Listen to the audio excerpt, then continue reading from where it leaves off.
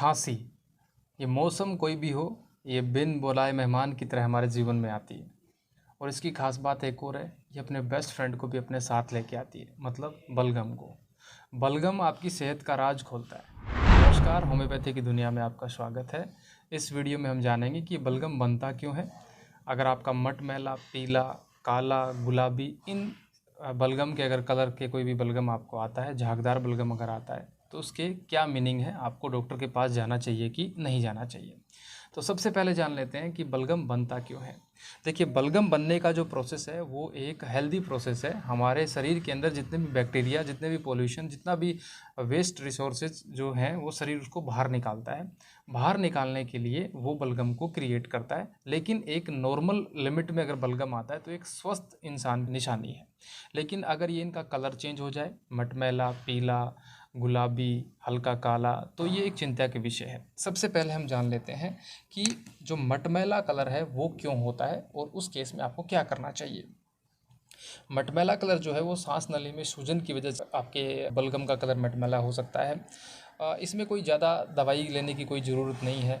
अगर आपका ये अक्यूट केस है तो कुछ दिन के लिए लाइफस्टाइल में चेंज करें या फिर स्टीम वगैरह लेंगे तो ये बिल्कुल सही हो जाएगा। इसमें कोई घबराने की बात नहीं है। अब दूसरा कलर आता है, रेड कलर आता है। जैसा कि रेड है, क्योंकि रेड है तो खतरे की निशानी है, तो आपको थोड़ा अलर्ट हो जाना चाहिए। ये चिंता की बात है क्योंकि ये एक बैक्टीरियल इन्फेक्शन हो सकता है और अगर ये लंबे समय तक बना रहे तो आपको डॉक्टर को ज़रूर दिखाना चाहिए। इसमें कुछ होम्योपैथी दवाइयाँ हैं जिनका लिंक मैं आपको नीचे डिस्क्रिप्शन में दूंगा। वहाँ से भी आप जाके पूरा पढ़ के आप दवाइयाँ वहाँ से, अगर होम्योपैथी दवाई आप लेते हैं तो उससे भी आपका ये बलगम है ये ठीक हो सकता है। तीसरा जो आता है वो है गुलाबी कलर। गुलाबी कलर का बलगम जनरली तब आता है जब आपको कोई हार्ट, दिल से जुड़ी हुई कोई बीमारियां हों, या फिर आप जो ब्लड को पतला करने की दवाइयां अगर आप लेते हैं तो जनरली आपको गुलाबी कलर का जो है बलगम आता है। कई बार टीबी, निमोनिया अगर लंबे समय तक चलता है तो ये टीबी, निमोनिया के अंदर भी बदल सकता है। इस केस में भी आपको डॉक्टर से सलाह करनी चाहिए। और कुछ अगर आपको ज़्यादा समय से नहीं है, अभी भी शुरू हुआ है, तो आप कुछ होम्योपैथी दवाइयाँ हैं वो ट्राई करके आप इस बलगम के कलर को सामान्य कलर में तब्दील कर सकते हैं। नेक्स्ट है जी भूरा कलर, मतलब ब्राउन या थोड़ा थोड़ा ब्लैकिश कलर भी हो जाता है। तो ये जनरली कोई टॉक्सिक पदार्थ अपन खा लेते हैं या कोई इन्फेक्शन है, उसकी वजह से ये कलर चेंज हो सकता है। अगर ये ज़्यादा आ रहा है, आपको क्वांटिटी ज़्यादा आ रही है, तो आगे चल के ये एलर्जिक बन सकता है और ये जो रेस्पिरेटरी सिस्टम है उसको भी डिस्टर्ब कर सकता है। तो इसके समाधान के लिए भी आप होम्योपैथी कुछ दवाइयाँ हैं जो नीचे डिस्क्रिप्शन बॉक्स में लिखी हुई है, उनसे आप मदद लेके ठीक कर सकते हैं। नेक्स्ट आता है जी पीला।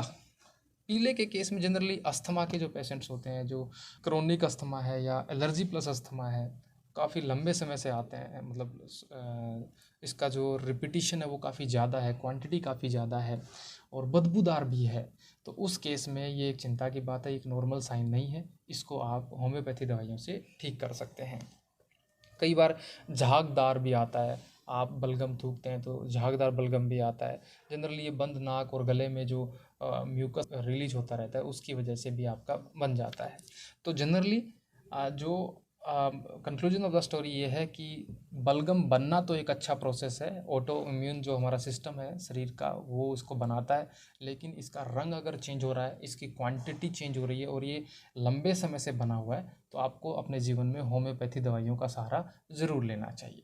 नीचे डिस्क्रिप्शन बॉक्स में कुछ दवाइयों के नाम लिखे हुए हैं, वो दवाइयाँ आप ट्राई करें, उसके अच्छे रिजल्ट्स आपको मिलेंगे। धन्यवाद।